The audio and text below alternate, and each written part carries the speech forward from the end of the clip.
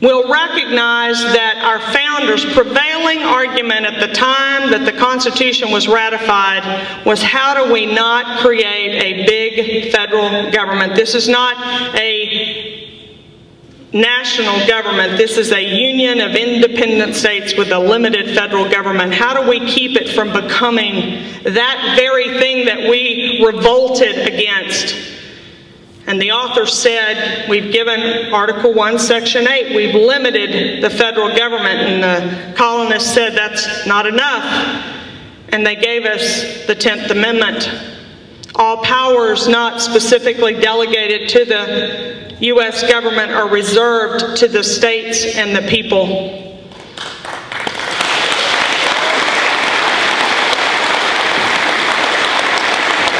Thomas Jefferson said, it is the unquestionable right of the states to determine when the federal government steps outside of that compact called the Constitution. And in the last week, I've begun to say, you know, maybe we would have understood him a little more clearly if he would have said it's the unquestionable duty of the states to determine when the federal government steps outside of the Constitution. It's our duty. Jefferson said, nullification, interposition are the rightful remedy. That's the medicine, Texas. When the federal government grows, you nullify and impose against those illegal federal actions. I had a state rep in Oklahoma say to me, Deborah, we got to quit calling them federal law. They don't have the authority of law. It's not in the Constitution. It's an illegal federal action, and we need to check that action by using nullification in the state. And I had read the theory, but I wanted to talk with some congressmen and with some legal scholars, and there's a man in Texas who serves as a congressman, but before becoming a Texas congressman, he sat on the bench. He was a district judge. And I wanted the wisdom of someone who had a legal mind, and I went and met with him, and I said, tell me, Judge, will this work? Is it the proper course? You've been up there fighting the growth of federal government and attempting to limit it to the constitutional bounds, but y'all are failing. Will this work? Is this the remedy that we ought to be applying? And he said, I believe it is. I believe you're on the right path. And I said, what will happen when Texas begins to exercise her sovereignty? Because you know, when those kids have been running willy-nilly through the house, suddenly they scream a little bit, don't they? And those little boys and girls in Washington that have been getting their way for 60, 70, 80 years aren't going to like it when the states start to stand up. But you know, we're not going to be alone. As of last November, there were 13 sister states who had introduced nullification language against health care. Texas sits on her hands and does nothing.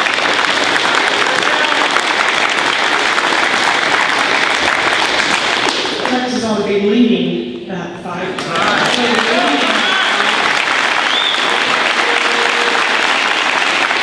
I ran across Senator John Cornyn. He was on his way to the Texas Federation of Republican Women's State Convention. Somebody help me. Was that in January, November, December? December, maybe? December, I think. November. We met in at Love. He was, anyway. I went up to him and I said, Senator, I introduced myself, and I said, Senator, I'm wondering if you're aware that 13 states have introduced nullification language against health care. And he said, no, I was not. And I said, well, I've been making a case that if Texas were rattling the saber, if Texas were letting the U.S. Senate know that, by golly, you guys better think twice about what you're fixing to do, because you're not coming into our state with federal health care, and we're going to fight you with 13 of our sister states. Would it change? Would it check your behavior a little bit in the U.S. Senate if we were making a lot of noise out here that said, come on, because we're going to fight you and you are not going to do this to our state? Would it change what you're doing? And he said, yeah, particularly if some of those sister states you're talking about have senators that are on the fence. See, Texas had 2 senators that were going to vote against that bill, but those other states may have had the deciding vote. Why weren't we making racket as states? Why wasn't Texas leading? Why wasn't Texas getting out there and saying, you know, you got me, but we states are going to fight you on this? If you get a special session in Texas and Texas would nullify the bill, you'd give your Attorney General a second cause of action in the court.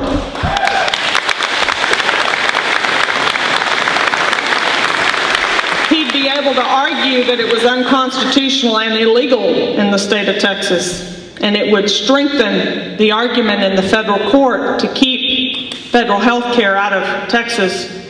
But he said you might also add to that a request to get an injunction against the IRS, because I don't know if you know, when that bill is signed for each month or portion thereof that you don't have the federally mandated health insurance plan, you will pay a penalty on your IRS tax return. If we had an Attorney General that would stand for Texas and would seek an injunction against the IRS until such time as that case is fully litigated, you'd be protected from having to pay that additional penalty. That's how your state stands in the gap and protects her citizens from that egregious, overreaching federal government. Where's the leadership in Texas? It's right here is where it is, and it's right there.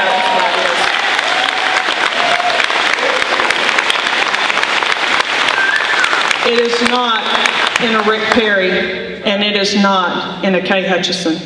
That's right.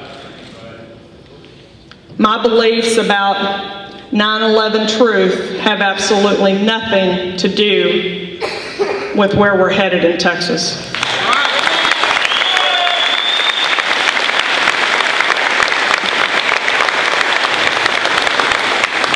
And you may or may not agree with me about where I stand on that. I'm just bringing that up to point out how irrelevant it is to this conversation.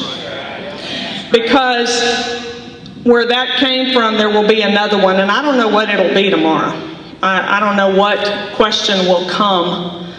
I just want you to be wise. When you see those attacks come, let's don't be gullible. Let's don't be easily distracted from the battle that's before us. You take your eyes off of the field of battle and you're going to get shot. That's right.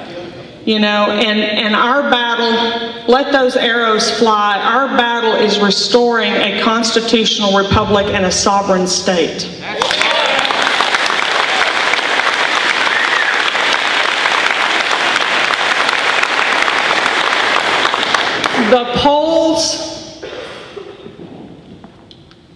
The polls are important, and I know we're all looking to them for confirmation of what our fellow Texans are thinking and what they're feeling. As a registered nurse, any other nurses in the audience? I've never asked that question before, just a few. You know, nurses are trained, and we train a lot, and we learn over a lifetime to refine our assessment skills.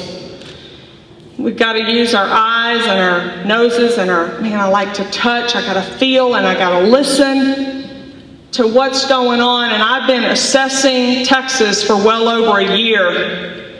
And the assessment is this campaign, this common sense, common values we campaign is winning hearts and minds of Texans.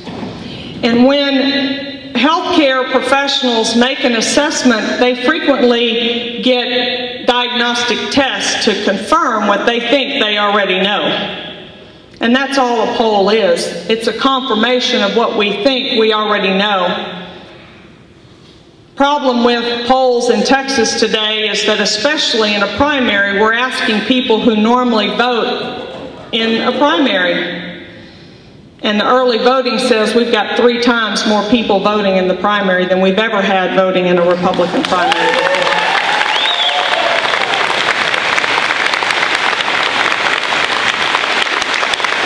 Harvey Kronberg writes a quorum report in Austin, Texas, and he said they had a real hard time during the last Democrat presidential primary predicting what the outcome was going to be, because there was 1.5 million people who voted in the Democrat presidential primary who'd never voted before. And